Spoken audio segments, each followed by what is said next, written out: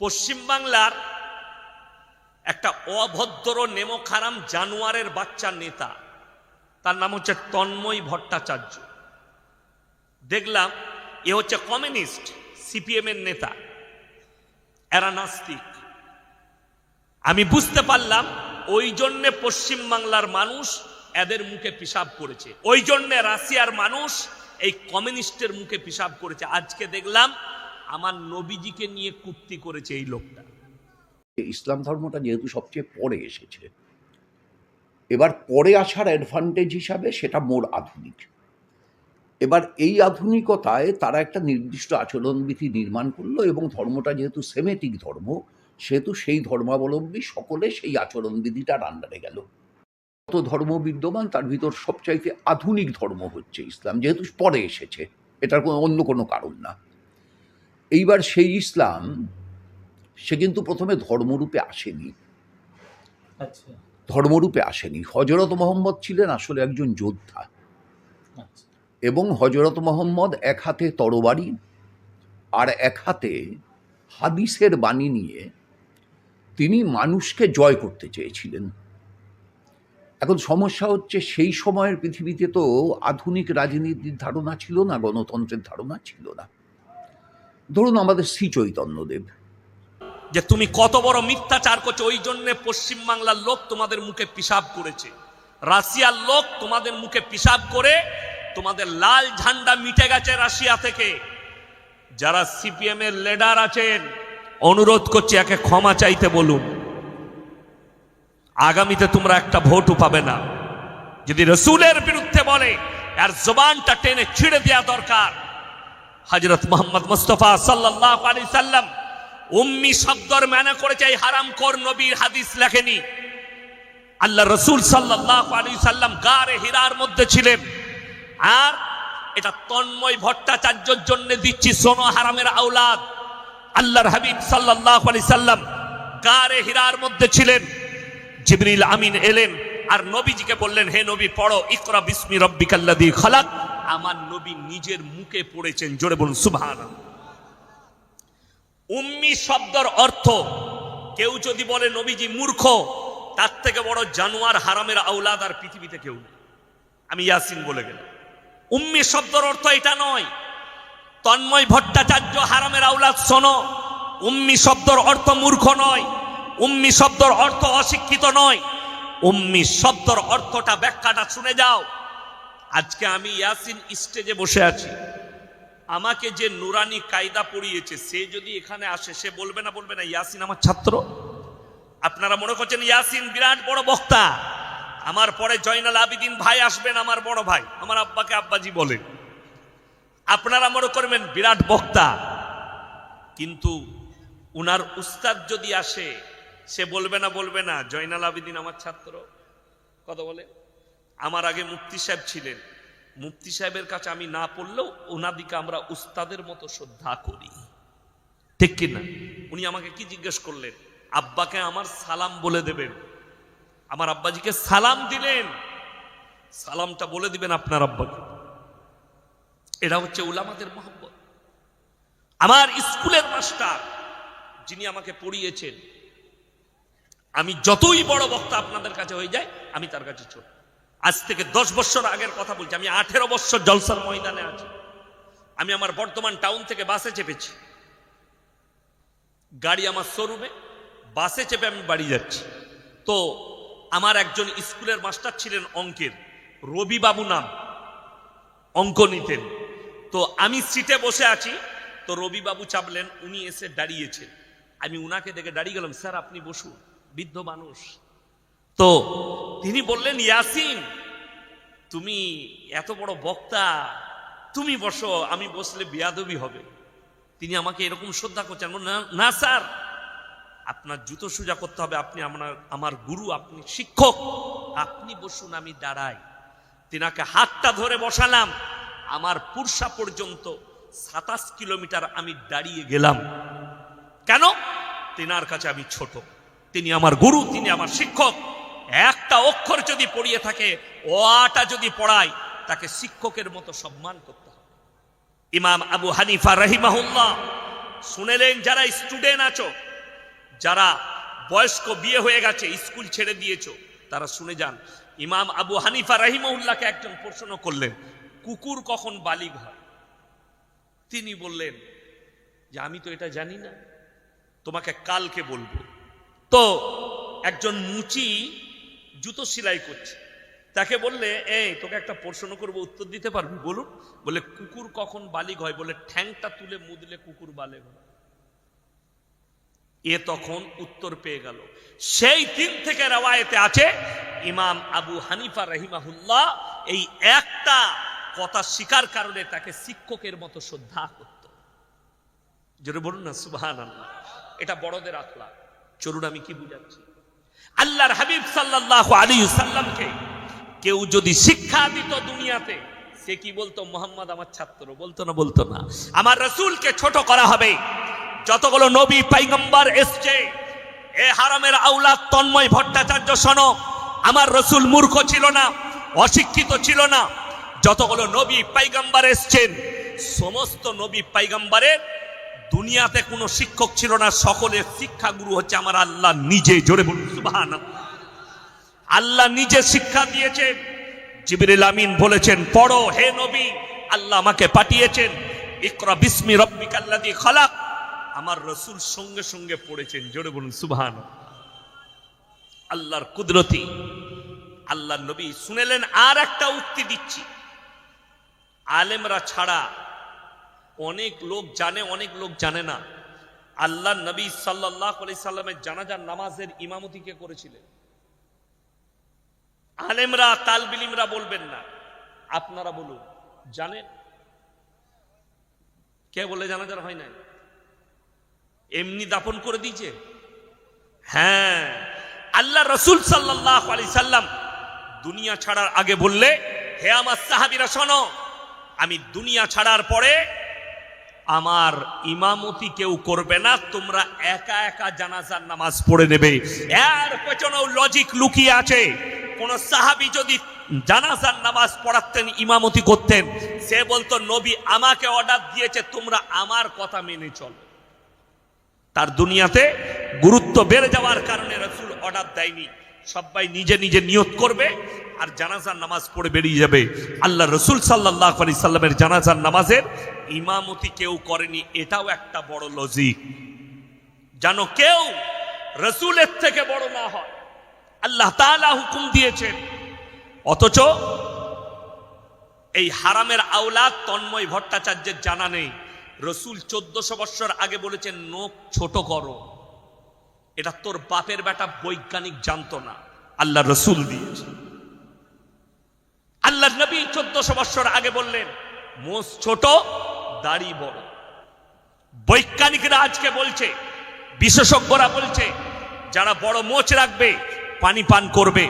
মোষটা ডুবে গেলে পানিতে তার পেটে পয়জন, যে পেটের ক্ষতি হতে পারে। আর রাসূল 1400 বছর আগে বলে গেছেন, মোচ পানিতে ডুবে গেলে সেই মোচ পানি পান করা হারাম। জোরে বলুন না সুবহানাল্লাহ। বিজ্ঞান সমতুল্য কথাবার্তা নবীজি বলেছেন। এগুলো একটাও অন্য কারণ নয়। রাসূল সাল্লাল্লাহু আলাইহি সাল্লামে রাসূল বলতেন, সাহাবীরা সেই হাদিসগুলো বর্ণনা করেছেন। সমস্ত কথাটাই কার? রাসূলের। হাদিসের কথাগুলো কার? রাসূলের। এই হারামের আওলাদ কিছুই জানে না। কোন হারামখোরের বই পড়ে এই ধরনের কথা বলেছে? তন্ময় ভট্টাচার্যকে আমি বলবো, যদি তোমার বাপ সত্যিকারী জন্ম দিয়ে থাকে, তুমি যদি হালালের আওলাদ হও, আমার সাথে একবার বসো, তোমাকে ন্যাংটো করে ছাড়বো আমি। কলকাতায় বসবে, বসো। তুমি যদি বলে বর্ধমানে বসবে, বসো। যদি আমার থানায় বসো, আমি আমার থানার বড়বাবুর সাথে পারমিশন লব। প্রশাসন থাকবে, তোমার গায়ে কেউ হাত লাগাবে না। আমার মাদ্রাসায় প্যান্ডেল খেঁচিয়ে বসবো, তোমার গোটা পশ্চিম বাংলার চ্যানেলওয়ালারা থাকবে, লাইভ চলবে, সবাই দেখবে। কষ্টের বিষয় লাগে। দুটো মালকে জব্দ করেছি আমি, আর তৃতীয় নম্বরে পড়েছি। একটা ওই শরীফুল বলে আরামবাগে একটা টিভি খুলেছে, ওই হারামখোরকে জব্দ করেছি। আর একটা নাজিয়া ইলাই খান, এ হারামের আওলাদ, চুপ করেছে। আর দেখছি আজকে আবার বলেছে। বড় কষ্ট কোথায় জানেন? কুকুর দুটো কন্ডিশনে চিল্লায়। কটা কন্ডিশনে বললাম? কটা? দুটো। যখন কুকুর পাগল হয়ে যায় তখন চিল্লিয়ে বেড়ায়। আর দ্বিতীয় নম্বর, মালিক যদি পেছনে দাঁড়িয়ে থাকে তখন চিল্লায়। সকালবেলায় উঠে কলকাতায় ধর্মতলায় যান, অনেক বড় লোকরা দেখবেন কুকুর নিয়ে মর্নিং ওয়াক করতে বেরোয় না, চেনটা ধরে থাকে।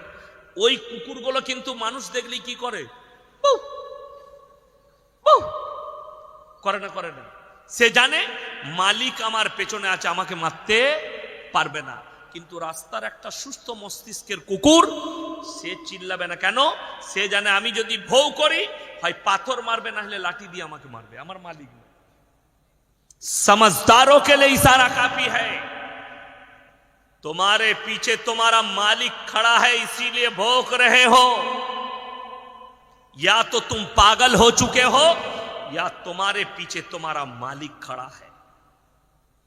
আমাদের দেশে ভাইরাল হতে পারবে জানেন কেউ যদি নবীজিকে গালি দেয়। আমাদের দেশে কোরআনকে গালি দিলে বডিগার্ড পাওয়া যায়, তা না হলে তসলিমা নাসরিনের মতো হারামের আওলাদ বাংলাদেশ থেকে এসে এইখানে জায়গা পেত। ওর থেকে বড় ঘুষপেটিয়া ভারতে কেউ নেই। ভারত সরকার ঠাঁই দিয়েছে তাকে। দুঃখ লাগে, আমার বেদনা লাগে যে প্রতিনিয়ত রসুলের বিরুদ্ধে বলছে, কোরআনের বিরুদ্ধে বলছে। আর আমাদের দেশের কিছু শিক্ষিত লোক বলছে তসলিমা নাসরিন একজন ভালো লেখিকা, শিক্ষিত। যে বলছে ভালো লেখিকা তারও জন্মের ট্রাভেল আছে। কেন বলুন তো? আমি প্রমাণ দিয়ে যাব। বইটার নাম লজ্জা, লেখিকা হচ্ছে তসলিমা নাসরিন। বইয়ের নাম কি বললাম? কথা বলেন। লজ্জা, লেখিকা হচ্ছে তসলিমা নাসরিন। এই বইয়েতে লিখেছে আমি আমার মাকে আমার চাচার মশারিতে দেখেছি। এ নিজে লিখেছে। তাইলে যার জন্ম যার চাচা দিয়েছে সে হালালের আওলাদ না হারামের? হারামের। তাকে কি করে ভালো লেখিকা বলছে? আমার ভাই সবাই হাত তুলে বলুন কোরআনকে বিশ্বাস করি। সকলে জোরে বলুন ইনশাআল্লাহ। এরপর বলে দিই আল্লামা ইকবাল লিখেছেন ইস ঘর কো আগ লাগি ঘর কি চিরাগ সে। মুসলমান তোমরা নিজেদের ঘরে নিজেরা আগুন ধরিয়েছ, অপরকে গালি দিয়ে লাভ নেই। চলুন আপনাকে আমি প্রমাণ দেই। ভারতে বর্তমানে যদি 30 কোটি মুসলমান থাকে, এর মধ্যে 10 কোটি মুসলমানের ঈমান আছে কিনা এটা সন্দেহ না। যদি বলেন আমি 24 পরগনায় প্রমাণ দিয়ে যাব, আমাকে দাওয়াত দেন আর না দেন, আপনাকে হকটা শুনতে হবে। হক তেতো লাগে, কিন্তু পরেতে বুঝতে পারবেন এই তেতোতেই উপকার আছে। কথা আমার কড়া, কথা আমার খুব তেতো, কিন্তু পরে রাত্রে শুয়ে ভাববেন, বুঝতে পারবেন এই তেতোটাই উপকারী। মিষ্টি কথাটার রস আছে, কিন্তু সুগার হয়ে যাবে, ক্ষতি আছে অতিরিক্ত খেলে। তুমি মিষ্টি পছন্দ করো, আজকে রং লীলাই ভরে গেছে। আমি আজকের দিনের কথা বলছি, শোনো। আপনি বললেন কোরআনকে বিশ্বাস করি, তাহলে একটা করে দলিল দিই, সুদ খাওয়া হারাম না হালাল? তাহলে আশা করি এই থানাটা কোন থানা? মন্দির বাজার থানা। এই থানায় তাহলে একটাও সুদখোর নাই মুসলিমদের মধ্যে? কথা বলে না? আছে তো? আছে। অথচ কোরআনে স্পষ্ট আছে ওয়াহাল্লাল্লাহুল বাইয়া ওয়া হাররামাল রিবা। সুদ তোমাদের জন্য হারাম, ব্যবসাকে হালাল করেছি। রাসূল আকরাম সাল্লাল্লাহু আলাইহি ওয়াসাল্লাম হাদিস বর্ণনা করলেন, কেউ যদি 1 টাকা সুদ খায়, সব থেকে নিম্ন স্তরের পাপ নিজের মায়ের সঙ্গে 36 বার জিনা করার সমান পাপ। নাউজুবিল্লাহ বলে। এরপর বলে দিই, বেঈমান কাফেররা তারা মেহনত করেছে, তারা তাদের মেহনতে কামিয়াব, আমরা আমাদের মেহনতে নাকাম। পশ্চিম বাংলায় সব থেকে বেশি জলসা কোন জেলাগুলোয় হয় জানেন? 2 24 পরগনা, হাওড়া, হুগলি, মেদিনীপুর আর মুর্শিদাবাদ, নদিয়া। সব থেকে বেশি জলসা 24 পরগনায় আর হাওড়ায়। পাড়ায় পাড়ায় জলসা। ঠিক বললাম না ভুল বললাম? কিন্তু কিচ্ছু হয় নাই। জলসাগুলো সব কিস্সা কাহানিতে ভরা।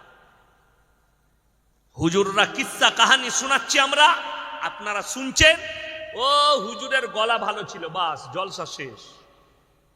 মেদিনীপুরে 2 বছর আগে জলসা করতে গেছে, আমাকে বললে হুজুর আপনার 10টা থেকে 12টা টাইম আছে, আমি শুয়ে আছি গিয়ে খানা খেয়ে। তো আমার আগে একজন হুজুর বয়ান করতে লেগেছেন, তিনি একটা পাখির গল্প ধরেছেন, পাখির। তো পাক্কা 2 ঘন্টা 5 মিনিট বাকি আছে, আমি এরপর স্টেজে যাচ্ছি। তখন একজন বৃদ্ধ বাবাজি বলছে, হুজুর পাখিটা এখনো উড়লো না, বলে সামনে বছরে দাওয়াত দিবে তখন উড়াবো। এটা বাস্তব বলছে, একদম আল্লাহ সাক্ষী আছে। পুরো জলসা বরবাদ, একটা হাদিস কোরআনের কথা নেই, গল্প কিস্সা কাহানিতে শেষ হয়ে গেল জলসা, সমাজ শেষ হয়ে গেল, বরবাদ হয়ে গেল সমাজ। আর আপনি মনে করছেন আমি জলসা করে কামিয়াব, এতটুকু কামিয়াবি নয়। জলসা করার পরে যদি সুদটা হালাল হয়ে থেকে যায় মুসলমানের কাছে, কি লাভ আছে? বড় কষ্ট লাগে, তারা বাড়ি বাড়ি সুদ ঢুকালো, আর আপনি ইসলাম প্রচার করে বাড়ি বাড়ি ঈমান ঢুকাতে পারলেন, জলসা করে গ্রামে নামাজই করতে পারলেন না। কি দরকার? আজকে বলে দিই বড় কথা, সব থেকে ইমামদের কম বেতন এই 24 পরগনায়। ইমাম দিকে এরা বেতন দিবে না, অথচ লাখ লাখ টাকা খরচ করে জলসা করবে। তুমি কিয়ামতের দিনে এত কেলানি খাবে, তুমি রিহাই পাবে না।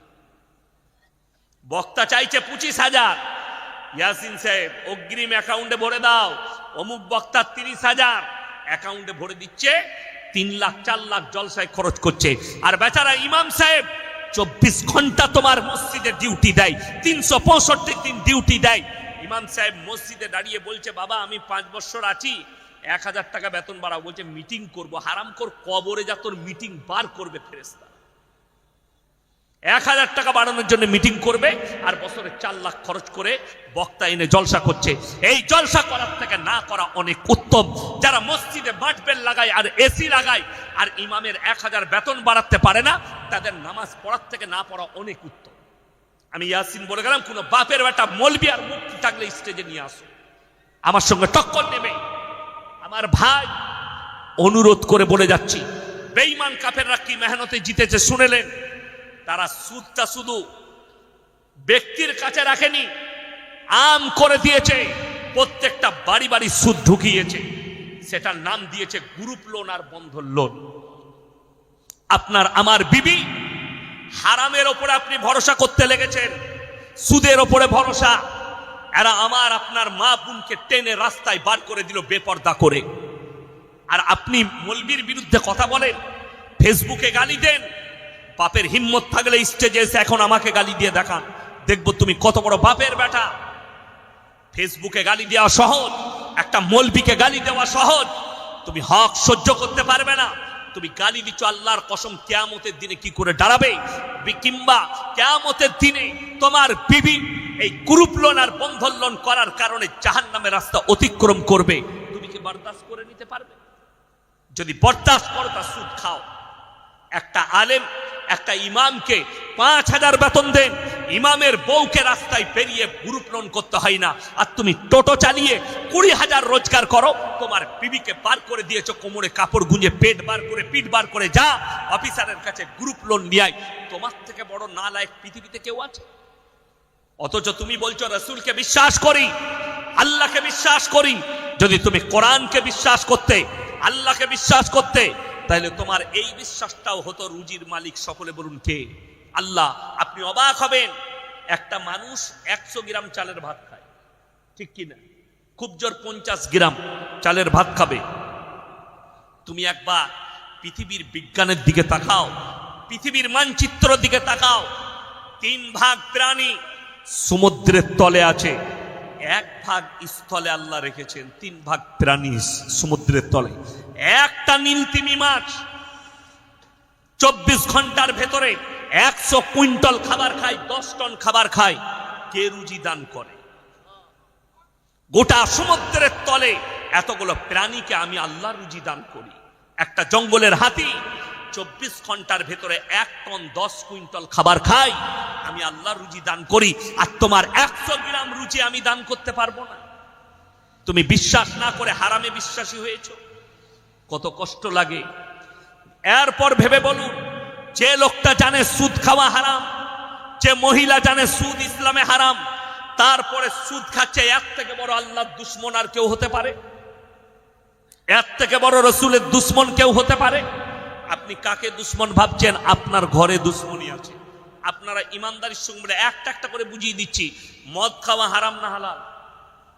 কথা বলে না? হারাম। শুধু খাওয়া হারাম নয়, পানির বোতলটা দেন, পানি বোতল দেন আমাকে। এই যে বোতলটা, এটাই মদ আছে ধরেলেন, এটাই স্পর্শ করা শরীয়তে হারাম। খাওয়া অনেক দূরের কথা, স্পর্শ করা যাবে না, টাচ করা যাবে না, হারাম। এটা টাচ করা হারাম। আর আপনাকে আমি আপনার এই মন্দির বাজার থানায়, এই মগরাহাট থানায়, 24 পরগনায় দেখিয়ে দেবো হারামখোর মুসলমান মদও খাচ্ছে, মদ বিক্রিও করছে। এর থেকে বড় দুঃখ আর কি হতে পারে? যেটা টাচ করা হারাম, এর থেকে বড় আল্লাহ দুশ্মন আর কেউ হতে পারে? আপনার জানা নেই একটা অমুসলিম ভাই আপনার ধর্মকে কতটা রেসপেক্ট করে। কাল আমার জলসা আছে উত্তরবঙ্গে, একবারে কিষানগঞ্জের কাছে। এখান থেকে আমি রাস্তা দেখলাম 512 কিলোমিটার রাস্তা আমার যেখানে জলসা, 512 কিলোমিটার। আমি এখানে জলসা শেষ করব, বাড়ি যাব, ফজরের পরে বাড়ি থেকে বের হতে হবে গাড়ি নিয়ে। আমার ভাই ওই রোডের ওপরে বহরমপুর পার করে পলসন্ডা বলে একটা মোড় আছে, সেখানে একটা পাপ্পুদা ধাবা হোটেল আছে পাঞ্জাবিদের। দু ভাই, মাথায় পাগড়ি, মুখে দাড়ি, হোটেল চালায়। হোটেলে 3টে বোর্ড লাগানো আছে, 3টেই মুসলমানদের ইমান বাঁচানো। নাম্বার 1, মদ পান করা নিষিদ্ধ। নাম্বার 2, মদ বিক্রি নিষিদ্ধ। নাম্বার 3, নো স্মোকিং, ধূমপান নিষিদ্ধ। তার হোটেল থেকে তারা জানে আমরা যেখানে ব্যবসা করছি এখানে 75% মুসলমান। এই জায়গায় যেহেতু মুসলমানদের মদ পান করা হারাম, তাই আমাদের মদ বিক্রি করা যাবে না। এটা ভেবে তারা এত সুন্দর ব্যবসা চালাচ্ছে। আর তার হোটেল থেকে 10 থেকে 15 কিলোমিটারের মাথায় মুসলিমদের হোটেল দেখাবো, হারামখোর মদও খায়, মদও বিক্রি করছে। অথচ এই জানে এর থেকে বড় রসুলের দুশ্মন আর কেউ হতে পারে? আপনারা বলুন, লটারির টিকিট হারাম না হালাল? কথা বলে না? হারাম। আপনার এই বাজারে দেখিয়ে দেবো মুসলমান লটারি কাটছে, হারামখোর বিক্রিও মুসলমান করছে। ঠিক বললাম না ভুল বললাম? আমাকে দাওয়াত দিবেন না, কোনো ব্যাপার নাই। সকালবেলায় চায়ের দোকান আমাকে যত পারবি গালি দিবি, আল্লাহর কসম কিয়ামতের ময়দানে দেখে নেব, কিয়ামতের দিনে দেখা হবে। আজকে আমরা বক্তারা জলসার স্টেজে ইতস্তত বোধ করি। আজকে একটা মসজিদ কমিটি একটা ইমামকে পাওয়ার দেয়নি যে আপনি দাঁড়িয়ে হারাম হালালের বয়ান করবেন আর হকটা বলবেন। ইমাম সাহেব সুদের বয়ান করলে ইমামকে তাড়িয়ে দাও, ইমাম সাহেব গাঁজার বয়ান করলে ইমাম সাহেবকে তাড়িয়ে দাও, ইমাম সাহেব লটারির বয়ান করলে ইমামের চাকরি চলে যায়। তুমি মসজিদ রেখেছো কেন? হারাম জিনিসগুলোকে হালাল করার জন্যে? আল্লাহর কসম খেয়ে বলে যাচ্ছি, এখানে আমি যে বক্তব্য দিচ্ছি এটার কারণে যদি আমার বাপের মাদ্রাসার চাকরি চলে যায়, আমি চাকরি খোয়াতে রাজি আছি, নিজের জায়গা থেকে এক চুল লড়বো না, আল্লাহর কসম।